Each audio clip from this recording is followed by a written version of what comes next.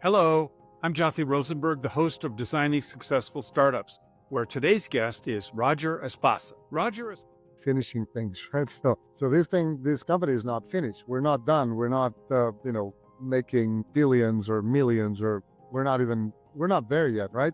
We're doing great, but we're not there yet. There's a ton of work still in front of us. And if you like hiking, you tend to enjoy getting to the peak of the mountain. Do you go hiking and midway you say, oh, this has been a great day, it's enough, we go down? Roger Espasa is the founder and CEO of Semidynamics, a Barcelona-based IP supplier of two RISC-V cores targeted at high-performance computing and machine learning. Prior to Semidynamics, Roger was at Broadcom working on an ARM v8 wide out-of-order core, and before that, Roger worked at Intel developing a vector extension for the x86. Between 1999 and 2001, Roger worked for the Digital Equipment Corp's Alpha microprocessor group on a vector extension to the Alpha architecture known as Tarantula.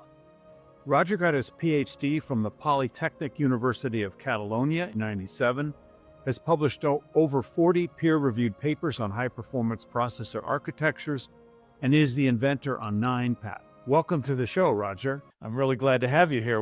I've been looking forward to this. Pleasure being here, Jonathan. Thank you for inviting me. I'm looking forward to this conversation. Well, sure. Let's start with a little bit of context for people. Where are you originally from and where do you live now? Well, I'm originally from Barcelona. I did my studies there and PhD in Barcelona. And then I did spend some time in the US, Milpitas, California, and Shrewsbury, Massachusetts. But then decided I really missed the good weather and went back home. It's funny because the two major places that I've lived are on the other side of the Santa Cruz Mountains from Beautiful. that you probably looked at sometimes from Milpitas. We lived over in Santa Cruz. And then many years later, we moved out to Boston, where I've been for 27 years, a suburb of Boston. And you weren't far from here then. Correct. Either. Yeah, that's funny. Yeah, I remember going up that road that goes up the Santa Cruz Mountains. Highway 17, very famous. And when I was out there, I bought a BMW convertible because I wanted a really good car that could handle that road. And when there wasn't a lot of traffic, I wanted to do it fast. Well, I had to live on a $400 Ford Mustang, so you can imagine the quality of that thing and the age. But we did go over Highway 17, so that was good. And 3 in the car, so that was fun. Yeah, well, good. So you are founder and CEO of Semidynamics. Mm-hmm. And it is a RISC-V producer of IP that people, Correct. So someone can basically license your IP and put it into their system on chip. That's the idea. And so tell us a little bit about what made you start Semidynamics, what you felt the need was, the sort of the journey that got you to that creation.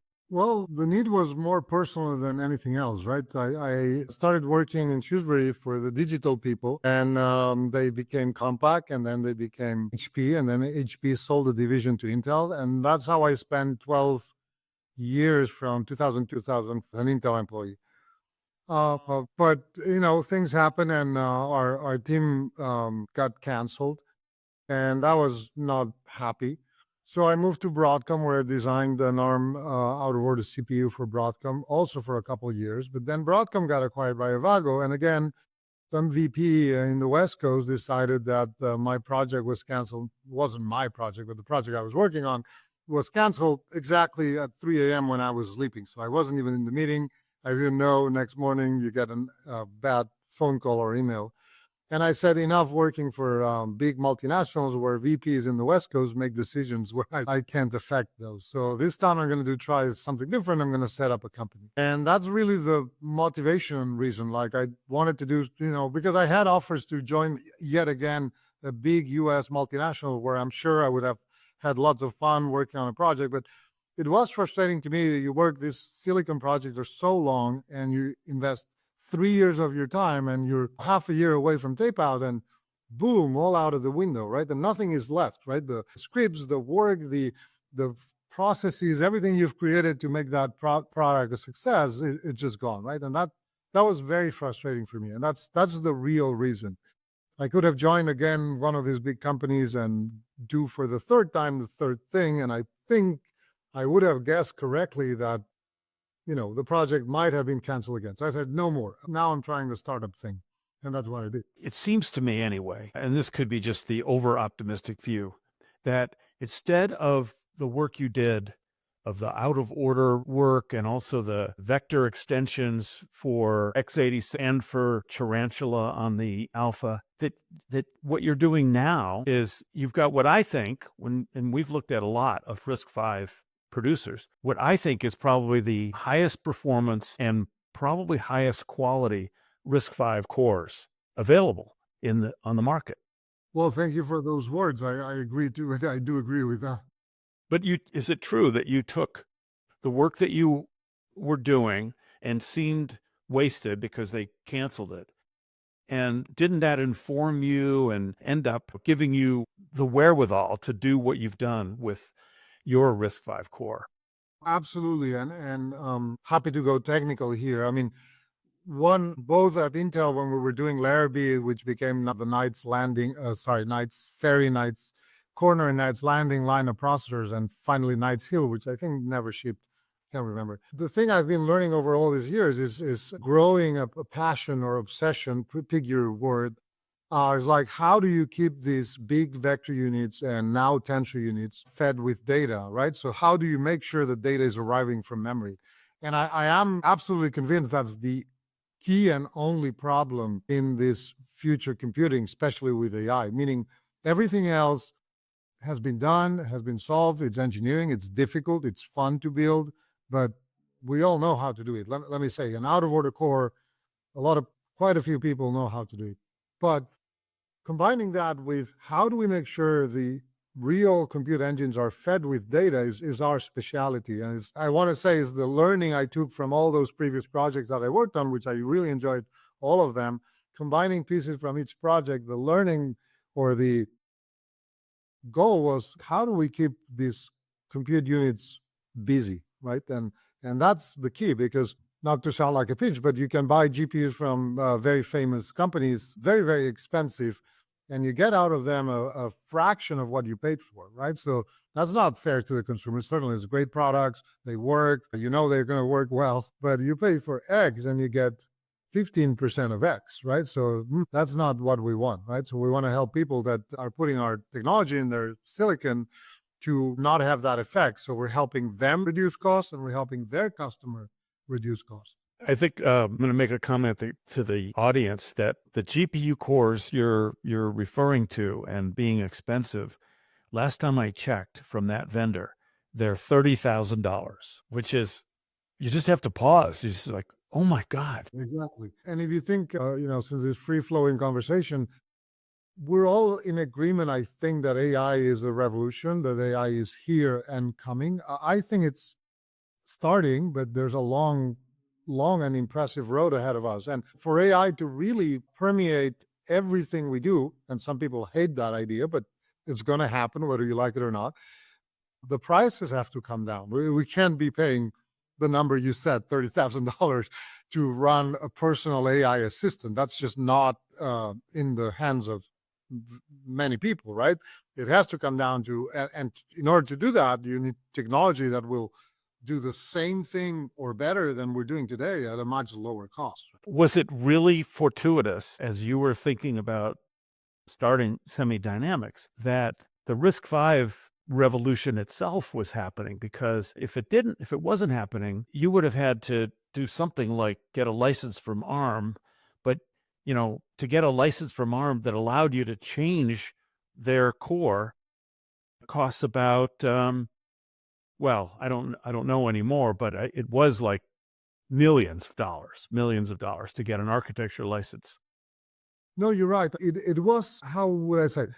I can't remember. I can't remember. I think I went to the second RISC-V summit.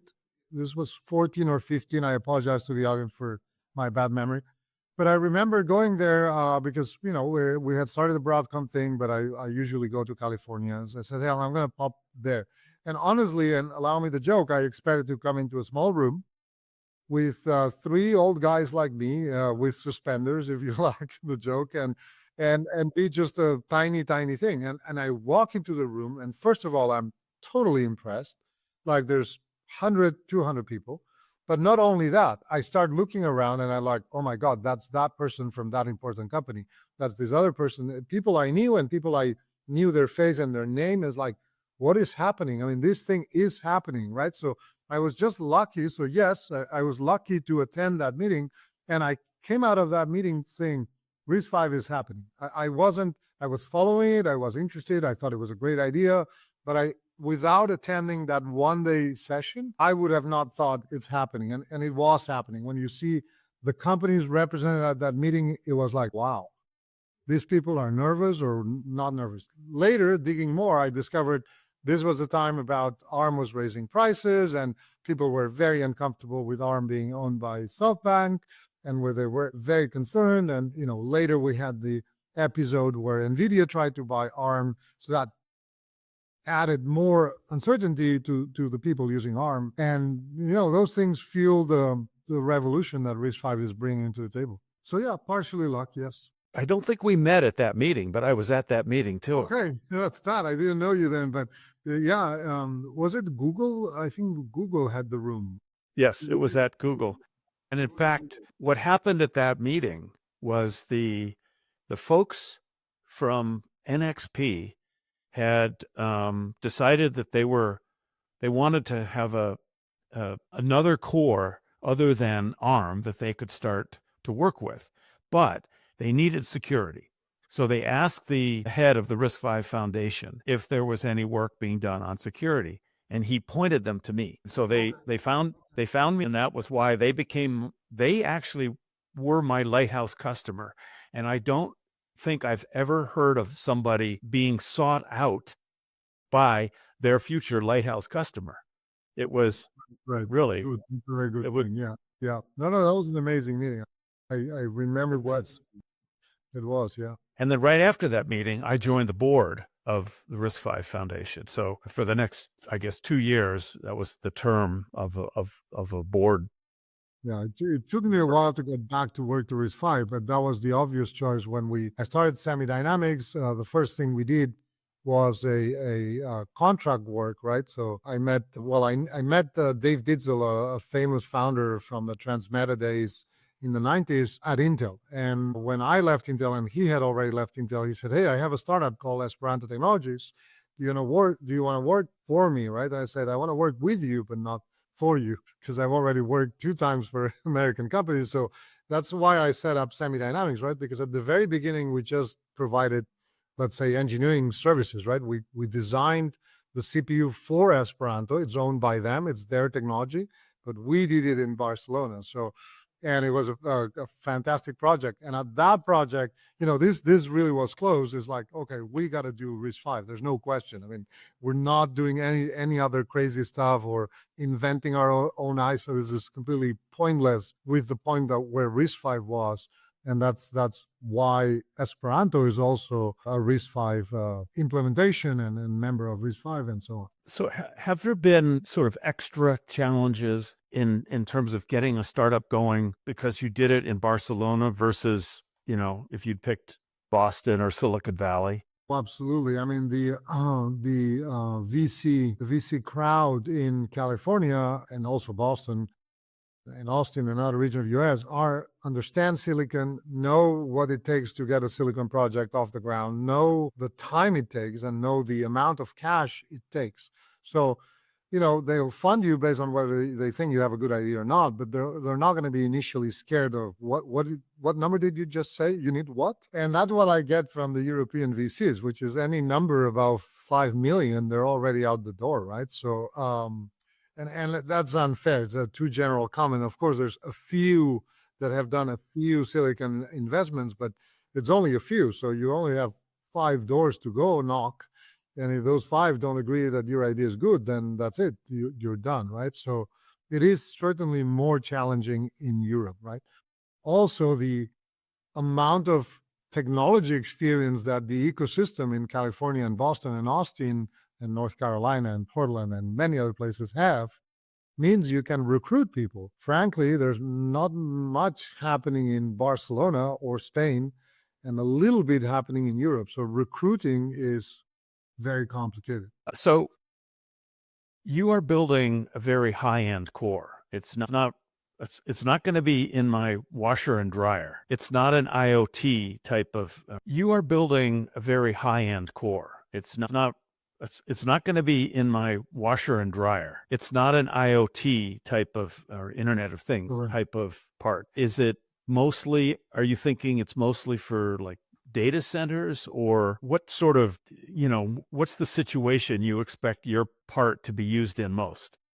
Yeah, I mean, just for the audience, the word high power or high end core varies across people, right? So certain people would say we're not even high end because there is even higher end, right? But you're correct. I mean, the answer to that question is not going to be very precise. It's where our customers take us. We can go, maybe not a watch. I agree, not a watch on batteries, but we can go onto a small camera where somebody wants to process the feed and run some AI on the camera local before sending the data out. Typical use case would be, I want to run some AI. Is the person in this factory floor has fallen on the floor or is injured, right? Just send out an alert. There's no point in sending the whole video stream out when the only thing you want is to check that nobody's been injured on the floor of the factory, or similar for, is there somebody in my house, right? So that would be a low-end case where maybe one core with one tensor unit is enough to run those algorithms. Midway, we've had people interested in, okay, we have 5G, we're doing a 5G 6G chip, and we also want to run AI with the data we're receiving, and this would be medium performance, medium power. And then you're correct, you mentioned data center, like edge and data center. An example I always give is, imagine a hotel that wants to have a virtual concierge where you're in your room and you talk to a microphone and say, please set my alarm for 7 a.m., right? Or please send me a burger 10 minutes, right? And this actually goes from the microphone to the hotel basement, and down in the whole basement, we have a bunch of big compute, but not a data center, but what we call edge AI, which means it's in the basement, it's big, it's bulky, it's noisy, but this thing is doing all the processing. We're getting your voice, doing the voice to text translation, then doing text to understanding, and then finally really ordering your burger for 9 p.m., right? So that would be edge AI. So we really go, again, you said it perfectly at the beginning, it's our customer that says, I want to do this chip for this goal, and we're there to help them get the AI they want inside their chip. So they tell us the requirements, and we say, yeah, possible or not possible. Hi, the podcast you are listening to is a companion to my recent book, Tech Startup Toolkit: How to Launch Strong and Exit Big. This is the book I wish I'd had, as I was founding and running 8 startups over 35 years. I tell the unvarnished truth about what went right, and especially about what went wrong. You could get it from all the usual booksellers. I hope you like it. It's a true labor of love. Now back to the show. Speaking of AI, the models for AI are becoming enormous, and they're kind of breaking the assumptions or this standard amount of memory that chips would have. So have you done anything about that that's not secret that you could talk about, that, these multi-gigabyte, maybe even, larger than that, models that have been created through a machine learning process, and now for the operational part of AI, which is called an inference engine, to uses that model to make decisions based on some inputs. Well, that model has to be stored somewhere that's easy to access and isn't going to have a bottleneck for accessing the data. Anyway, I've probably said enough to get to it. It's an excellent point. You are 100% correct. Those models are getting gigantic, and I don't want to, have we done something about it? Yes, but the problem is divided between us and our customer. So it is our customer building the chip and building the board and deciding that they put 3 gigabytes of memory or 20 or half. That's their decision. What we help them is we understand this problem very well, and we say, okay, what model are you running? We say, that memory is not going to be enough. What bandwidth are you going to put? Are you going to put really old-fashioned LPDDR3, or are you going to put super fancy HBM? And we help them realize that, guys, you're not getting enough bandwidth or enough capacity for what you want to achieve. Once we do that, what is the part we contribute? We say, okay, once you tell us the bandwidth you're going to have, what we guarantee or we help them realize is that our technology with this thing called Gazillion really is going to use that bandwidth. They're not going to put, I don't know, 400 gigabytes a second of bandwidth and extract 20 out of it. We're going to be very, very close to that peak thanks to our technology. That's the part we contribute. And we work with our customer to understand what you just explained, which is happening. And it is a bit of a, let's call it a limiter or a price limiter. It's not that we need to understand it. It's like, wow, it's expensive. You want to put one of these big models on a watch. It's not possible today because just the memory RAMs are just bigger than your watch, right? So if you count, if I need this number of RAMs and you put them on the surface, they're bigger than my laptop. So it is a problem. It's a very interesting problem that we will together as an industry will be facing and solving. So from the standpoint of just your company, your startup, what have been some of the scary moments? What have been some of the struggles that you've had with Semidynamics? Well, there's so many that if your audience is future founders, be ready to be scared. Okay, let's classify them. I mean, we have been particularly lucky in that we've always been cash flow positive. So we haven't had one of those moments, oh my God, I can't pay my employees. And we have plenty of cash going forward. And this is partly because EU has been quite generous in grants. So we've been lucky in that act. But certainly watching cash flow diminish and cash reserves go down and the anxiety that this generates is important. Hiring and losing people in the sense that they decide to move on or they weren't fit for the job you asked is also a lot of work, right? You invest a tremendous amount of time trying to get people, and when they leave, or you then realize, oh my God, this is not the guy I needed, or the girl, the expertise of that person was one, and I was looking for something else, right? That's a difficult moment.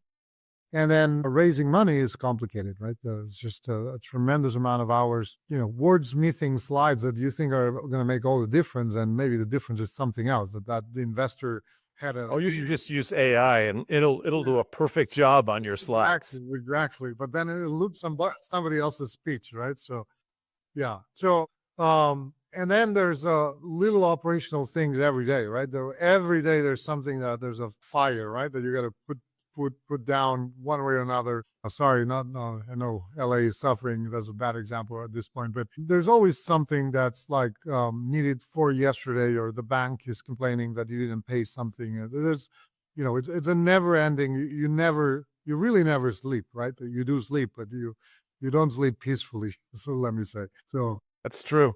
That's true. And you may not have predicted all these things when you were starting it up. Well, kind of idea. I worked in very, very successful companies where I had all the resources I needed, and I always complained I needed more, but I actually had all the things I needed. I had really good experts in the company, lots of money, and all the operational stuff was taken care of. Of course, then as spoiled engineers, we complained, oh, I don't like why they do this, and I don't like why the company does that. And then when you change sides, so to speak, and you're the one actually having to decide who gets into this door and why is this door locked and why do we have more security or less security, you realize, well, all those things are needed.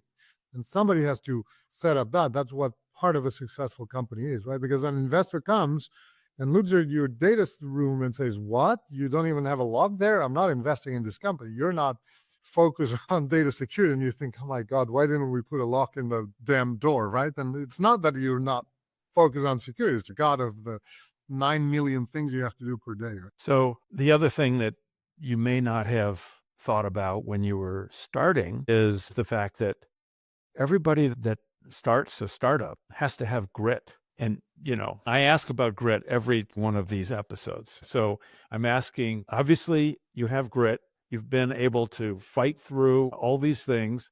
And frankly, by the way, when you said, oh, we've always been cash flow positive, it's like, okay, you haven't really had catastrophic problems. Correct. But seriously, tell us where you think your grit comes from. Boy, that's I don't know what to say. I mean, you start this thing and you think, okay, it's not a lot of work. I can manage it. And you work more and you work more and you work more and you work many hours and your weeks get even longer. And then your Saturday disappears and then your Sunday morning disappears.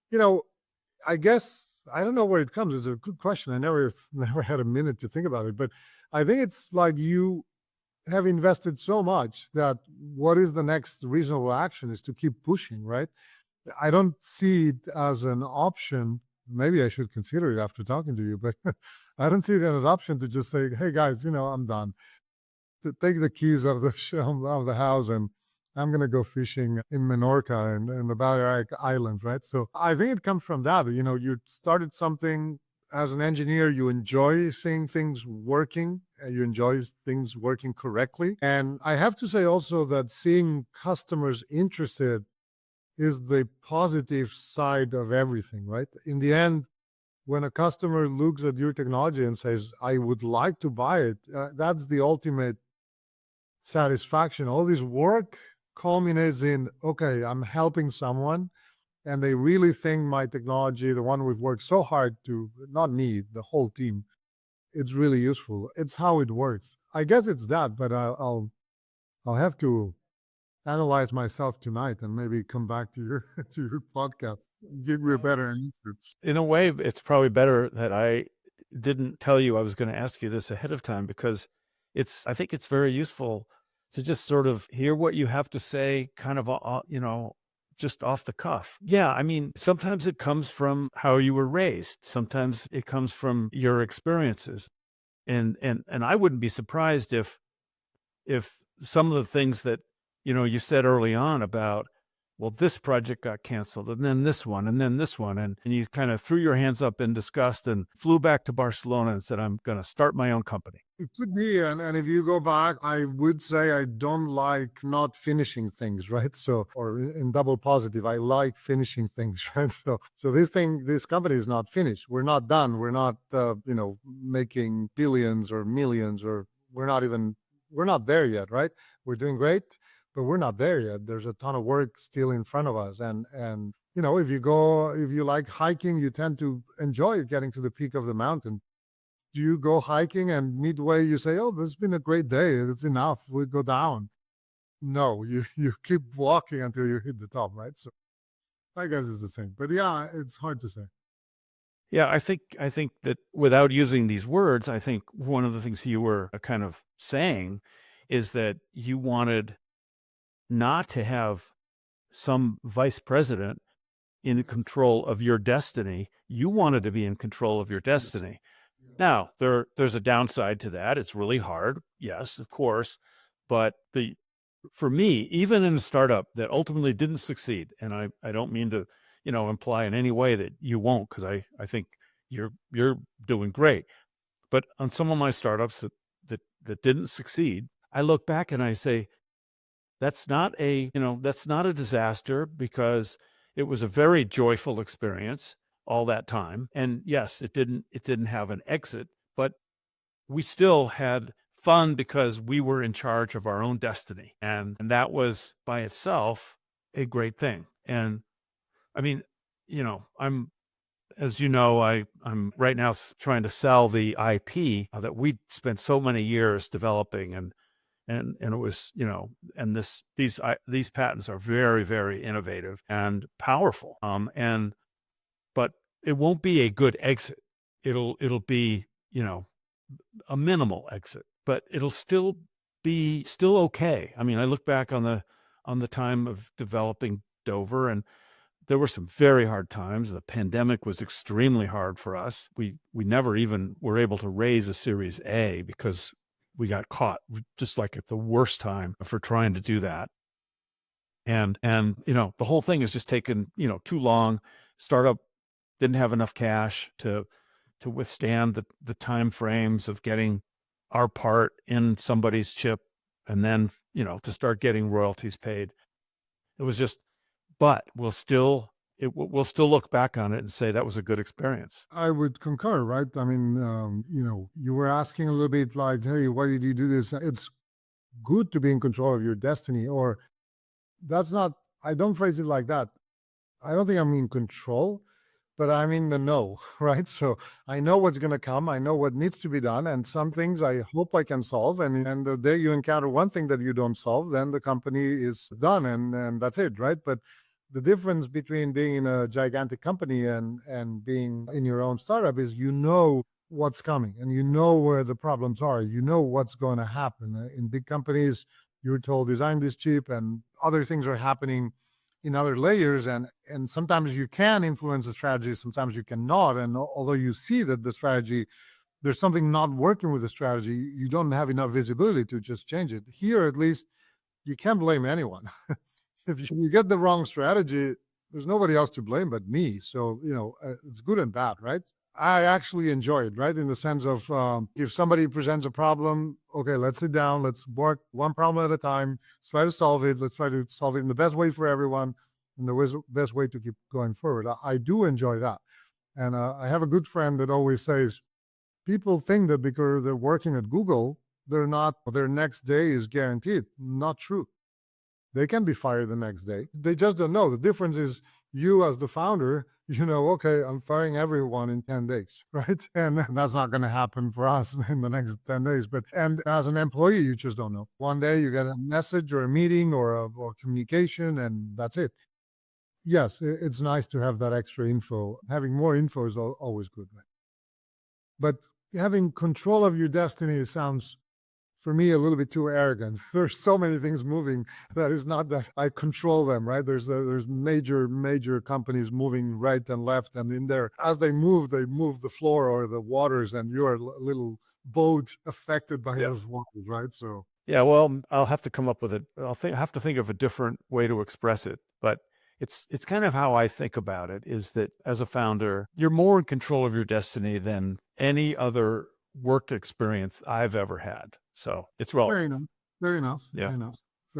Well, Roger, thank you very much. I think this has been great. And in fact, I think this is especially great for people that are not yet founder of a startup but are thinking about it, because you've done a really nice job of comparing and contrasting your experiences before, the heartbreak of having your project that you poured your heart into for 2 or 3 years, whatever it was, and have that happen multiple times.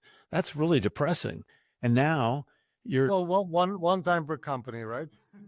So sure. Well, at Intel, we did finish a bunch of projects, but the last one obviously got canceled, and the same with Broadcom. But yeah, you're right. And you've built this from nothing. You had ideas in your head. You went back to your home, Barcelona, beautiful city, by the way. My wife's, in my mind, there are 2 cities in all of Europe tied for being our favorite: Paris and Barcelona. There are more, but I agree. And it's a beautiful weather, and you have the sea, and you have the snow. With climate change, snow is going away. So I should take that back. When I was young, we had snow in the mountains. No longer. Yeah. No, I love Barcelona, except for one thing. You have to eat dinner so late.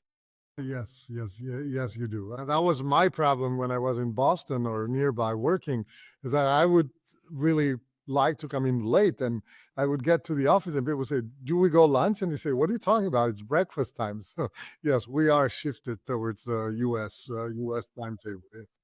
Well, this has been great. Thank you very much. Appreciate Very much for having me.